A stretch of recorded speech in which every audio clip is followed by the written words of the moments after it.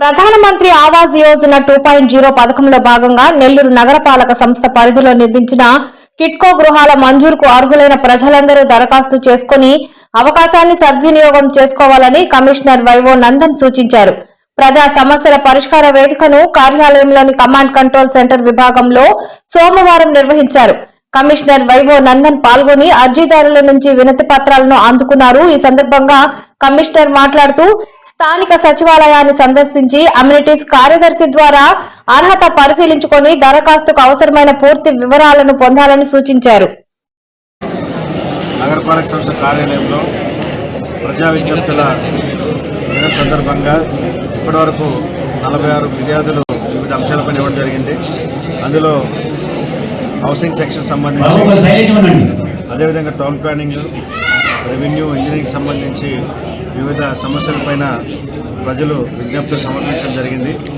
అయితే ముఖ్యంగా ఇప్పుడు PMAY2 ప్రధానమంత్రి ఆవాస్ యోజన సెకండ్ ఫేజ్ కింద ఇల్లు ఇప్పటికే శాంక్షన్ అయ్యి అవి గ్రౌండింగ్కి ఆర్డర్స్ కూడా రావడం జరిగింది. అయితే ఇంకా ఎవరైనా ఇల్లు లేని వారు అప్లై చేయదలుచుకోగలిగినట్లయితే మీ దగ్గర ఉన్నటువంటి సచివాలయంకి వెళ్ళి అక్కడ ఉన్నటువంటి ఇమ్యూనిటీ సెక్రటరీ ద్వారా ఈ PMAY2 పథకం ద్వారా ఇల్లు పొందాల్సిందిగా తెలియజేస్తున్నాను. అర్హులైనటువంటి లబ్ధిదారులందరికీ కూడా ఇల్లు ఇవ్వాలనేటువంటిది ఇటు రాష్ట్ర కేంద్ర ప్రభుత్వాల యొక్క సమిష్టి నిర్ణయం. కాబట్టి ఇంకా ఇల్లు లేని వారు అర్హులైనటువంటి ప్రజలు ఎవరు ఉన్నట్లయితే మీ దగ్గర ఉన్నటువంటి సచివాలయాలు వెళ్ళి అక్కడ ఇమ్యూనిటీ సెక్రటరీ ద్వారా ఇంటికి అప్లై చేసుకోవాల్సిందిగా తెలియజేస్తున్నాను. ఇప్పటివరకు సిటీ నియోజకవర్గంలో 450 మందికి పైగా, అదేవిధంగా రూరల్ నియోజకవర్గంలో 900 మందికి కొత్తగా ఇల్లు శాంక్షన్ కావడం జరిగింది.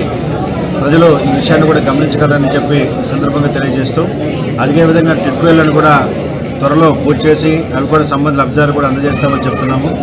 ఇక టౌన్ ప్లానింగ్ సంబంధించి ఇప్పుడు BPS అనేది వస్తుంది అనేటువంటి ఒక ముందస్తు ఆలోచనతో కొంతమంది ప్రధాన కాలువల్లో పూడిక తీత కార్యక్రమం ఇప్పటికే మొదలైంది. ఇప్పుడు ఎక్కడైతే ప్రధాన కాలువలు ఉన్నాయో మనకి వర్షాలు వచ్చినప్పుడు ఎక్కువ నీరు ఆ కాలువలు గుండా వెళ్తుందో వాటన్నింటి కూడా ఈ మధ్య ప్రత్యక్షంగా పరిశీలించి వాటిని పూడిక తీత కార్యక్రమం టేకప్ చేశాం. అదేవిధంగా గౌరవ కలెక్టర్ గారు కూడా కొత్తగా జిల్లాకు వచ్చిన వెంటనే మీరు ఈ మంతెన నాటికి ఎక్కడైతే మేజర్ డ్రైన్స్ చోక్ పాయింట్స్ ఉన్నాయో వాటిని ఐడెంటిఫై చేసి వాటిని క్లీన్ చేయాల్సింది కూడా తెలియజేస్తున్నారు. అదేవిధంగా మ్యాన్ హోల్స్ ఎక్కడైతే మ్యాన్ హోల్ రిపేర్స్ ఉన్నాయో వాటన్నిటి కూడా సర్వే చేయించి మ్యాన్ హోల్ రిపేర్స్ కూడా టేకప్ చేస్తాము.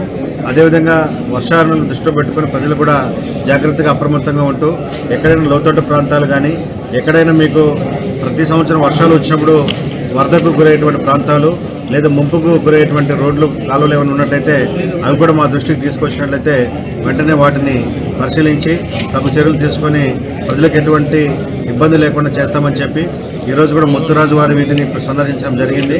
అట్లా ఏవైనా సరే వర్షాలు వచ్చినప్పుడు క్రమంగా ఇబ్బందులకు గురయ్యేటువంటి ప్రాంతాలు మా దృష్టికి వచ్చిన వాటికి వెంటనే యాక్షన్ ప్లాన్ రెడీ చేసి చర్యలు తీసుకుంటున్నాం.